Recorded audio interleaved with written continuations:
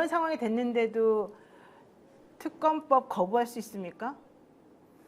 상식적으로 합리적으로 우리가 어떤 그런 것에 기대서 판단을 하면 당연히 이런 경우에는 이렇게까지 나왔으면 역대 정권의 어떤 그러한 상식에 비춰보면은 네. 거부를 할 수가 없죠. 거부를 할 수가 없고 네. 그러면 이렇게까지 나왔으면 이런 의심을 국민들이 갖고 있다라고 하면은 특검을 수용할 테니까 특검에 맡기고 이 부분에 대한 수사는 특검에 맡기고 나머지 부분에 있어서 우리가 민생 논의를 하자든지 뭐 이렇게 예를 들면 이 이슈 파이팅의 방향을 바꿔야 되는 거 아닙니까? 정권 입장에서. 근데 이 정권은 지금까지 이제 어떤 흐름을 보면은 그렇게 해오지 않았잖아요. 어떤 사안에 대해서도.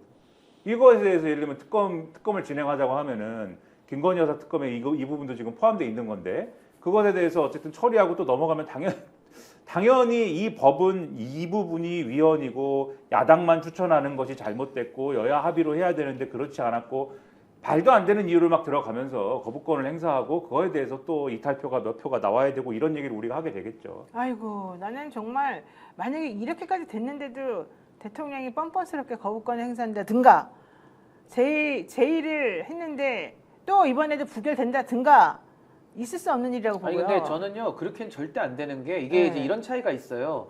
그 전에는 명확하게 윤석열, 김건희 육성 갖고 와라 그랬거든요. 그렇죠. 그게 나오기 전까지는 계속 이제 도망갈 구멍들이 많았던 겁니다. 그러니까 이게 이제 소위 말하는 뉴미디어, 유튜브 시장에서는 많이 강조가 됐는데 소위 말하는 레거시 미디어에서는 잘 안 물었어요. 근데 오늘 이후부터는 전 얘기가 달라진다 봅니다. 왜냐하면 육성이 나왔는데 이거를 기성 언론이 안 받아 쓴다? 그럼 불가능하겠죠. 그럼 이제 문 닫아야 되거든요. 그쵸? 그래서 저는 첫째도 여론이고 둘째도 여론이고 셋째도 여론이라고 확신하는데 결국에는 레거시 미디어까지 이제 참전을 하게 되면요. 이 국민적 여론 확산성이 굉장히 큰 이슈입니다. 그렇게 되면 전 윤석열 대통령은 수사 대상자니까 끝까지 숨고 싶을 거거든요. 숨으면 숨는 건데 결국 그 공은 국민의힘으로 넘어옵니다. 그 국민의힘의 108명 의원에게 물어봐야 돼요. 당신들은 영원히 윤석열 순장조로 남을 것이냐 아니면 요 악의 사슬을 끊어내고 앞으로 새 출발할 것이냐 본인들이 선택해야 되거든요. 그래서 저는 이제 국회로 공이 넘어왔을 때는 이제 국민의힘도 이거를 뭉개고 그냥 넘어가고 우기기에는 이 여론의 압박이 이제는 과거와는 질적으로 달라질 것이다. 그래서 저는 이 국면에서 더 이상 이제 국민의힘에서도 물러날 퇴로가 없다고 봅니다. 나는 여론이고 뭐고 본인이 정말 정상적인 사고를 하는 정상적인 그냥 보통의 인간이라면 자기 스스로 생각할 때 저런 거를 실드치고 싶고 저런 걸 끝까지 우기고 싶고 저런 걸 끝까지 부인하고 싶고 이럴까. 근데 윤석열 대통령 보통 아니에요. 짜장면 아니, 꽃배기 시켜 드실 것 같고. 윤석열 대통령은 보통 사람 그렇다고 치고 아닙니다. 국민의힘 정상이 의원들한테 아닙니다. 말하는 거예요. 내가 지금 하는 네. 거는 아무리 자기네 정권을 유지하기 위해서 그냥 눈 질끈 감고 뭔가 해줘야 한다고 생각하더라도 그동안에 그렇게 많은 걸 한 사람들인데 차마 이번 것까지 뭘 어떻게 해보려고 윤석열처럼 그렇게 할 수 있을까?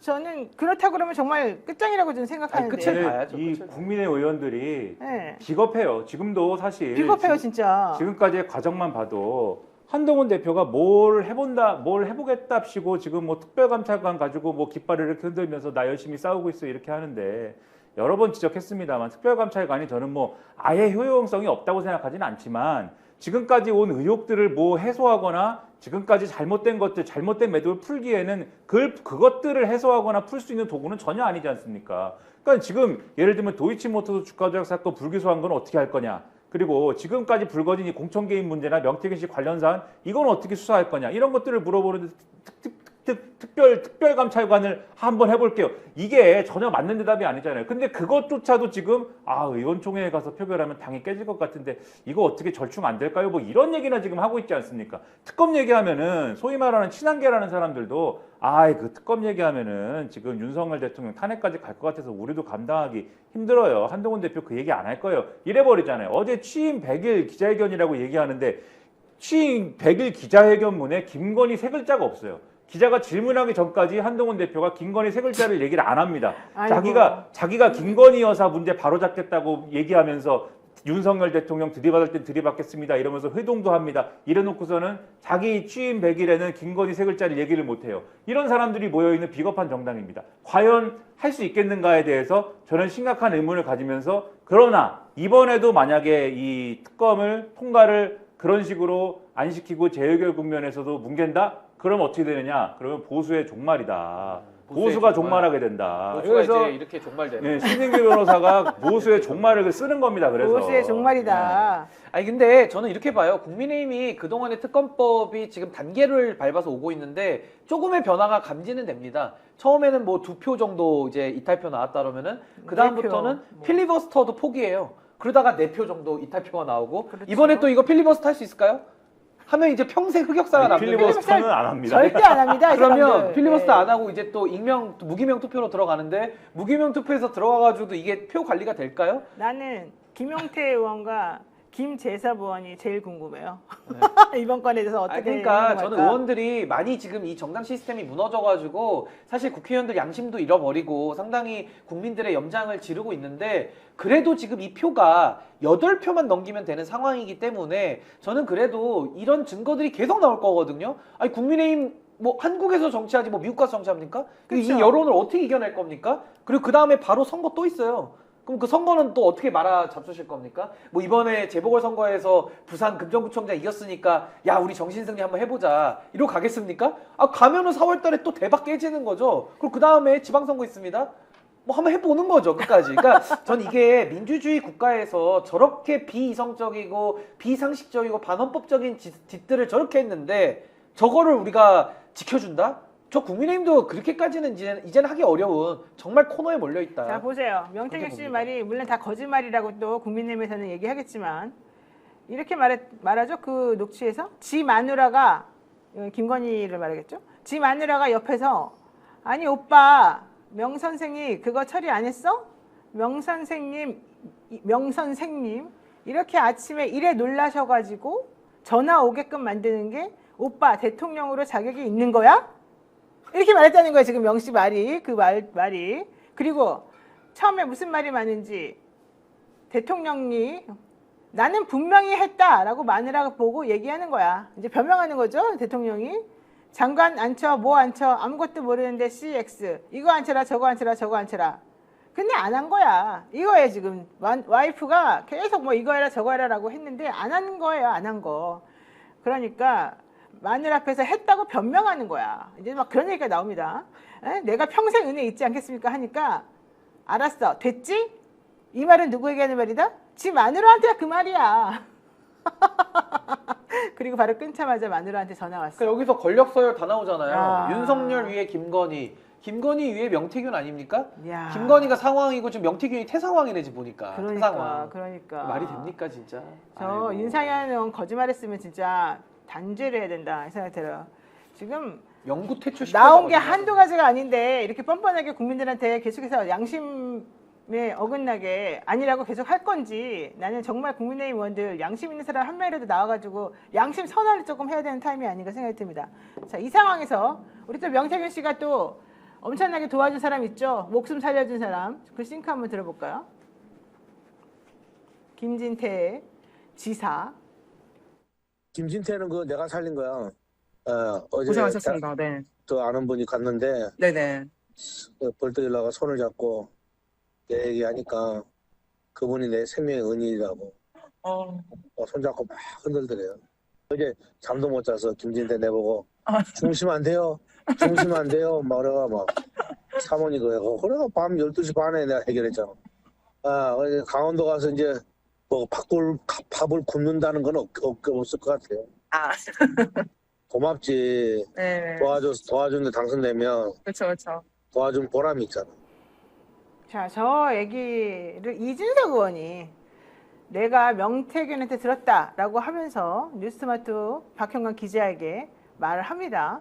그래놓고 그거를 기사화 시키니까 그거는 또 뭐 아니고 뭐 어쩌고 저쩌고 나는 그냥 듣기만 했을 뿐이고 뭐 이런 식으로 또 막 아니라는 식으로 변명을 했었지 않습니까? 근데 저 내용 아무리 들어봐도 아닌 것 같지가 않아요. 게다가 이준석 의원이 그때 한 말 중에 정말 충격이었던 거 이거예요. 대통령 부인이 대통령에게 그 밤중이었다 그랬잖아요. 네가 할래 내가 할까 이렇게 말했다는 거 아니에요? 전화를 하도 안 하니까. 아니 다시 네가 할래가 아니었겠죠. 어. 지가 할래, 지가 할까 이렇게 얘기했겠죠. 지라고 부르니까. 여기서 이준석 니라고 안 의원은 하니까. 이준석 아니 이게 아니라 의원은 김건희 여사가 응. 항상 이제 오빠를 지라고 부르기 때문에. 그래요? 지시어가. 어쨌든 그러니까 김진태 지사가 아니다 변명했잖아요. 근데 어제 이거 명태균 씨가 나는 너의 생명의 은인이야. 이렇게 구체적인 얘기까지 다 했어요.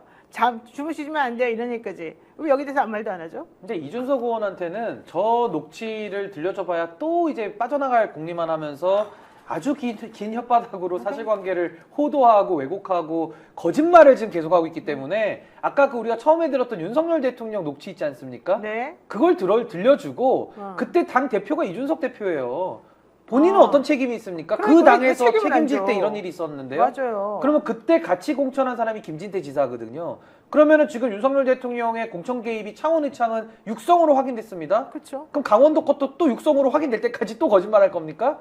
나는 육성이 있을 것 같은데. 그러니까 이게 정말 좀 정직함이 필요한데 지금 아까 방금 해도 윤상현 의원 그 반응이 방금 나왔습니다만은 끝까지 거짓으로 가려고 가는 거예요. 그럼 국민과 싸우는 거기 때문에 그 정치 생명 끊어지는 거죠. 그 마지막에 마지막 그 방어 논리는 그거예요. 난 몰랐다.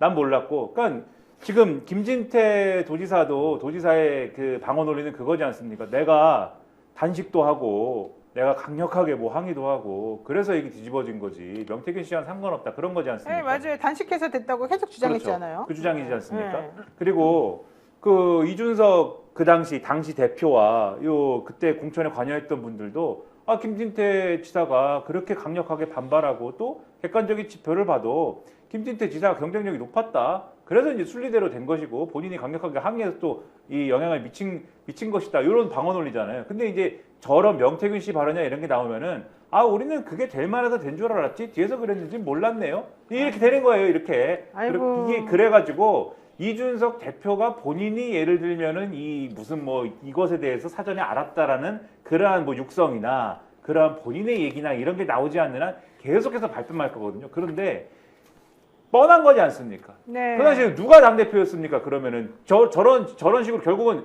인생에 두 가지 길밖에 없는 거예요. 거짓말쟁이가 되거나 바보가 되거나 두 가지 길밖에 없는 거잖아요. 바보가 되기를 선택하는 사람들의 그 어떤 연속이거든요. 바보가 되겠다고 선택하면 할 수 없는 거지 않습니까? 하지만 결론적으로 우리가 여기서 규명해야 될 거는 이준석 당시 대표든지 윤상현 당시의 공관위원장이든지 바보가 되고 싶으면 일단 바보들이 되시고 우리가 규명하고 싶은 거는 윤석열 대통령하고 김건희 여사가 뭘 했는지죠. 근데 여기 지금 정확하게 지금 나오지 않았습니까? 뭘 했는지가. 여기서부터 시작을 하면 그게 특검이든 뭐든 여기서부터 시작을 하면 결국은 다 밝혀지게 돼 있다. 이분들이 바본지 거짓말쟁이였는지는 그것을 기다리는 거죠. 그래서 우리는. 원래 이게 이제 정치권에서 나오는 관용어구 같은 건데 네네. 공범 아니면은 이제 무능, 네. 바보. 그러니까 이제 바보의 길을 택하면요 공범에선 빠져나올 수 있어요. 근데 문제는 그 사람은 앞으로 정치를 할 수가 없습니다. 이제 바보기 때문에. 그렇지. 근데 이걸 만약에 바보로 가는 게 싫다, 난 정면 돌파하겠다라고 하면은 공범 쪽으로 가야 되잖아요. 그랬을 때는 지금 당장 처벌을 면해야 되니까 거짓말을 할 수밖에 없어요. 스픽스는 말하는 언론입니다. 대세는 유튜브, 그중에서 스픽스. 좋아요, 댓글, 구독, 알림 설정. 여러분이 저희를 사랑해 주시고 우리가 여러분을 사랑하는 4가지 방법입니다.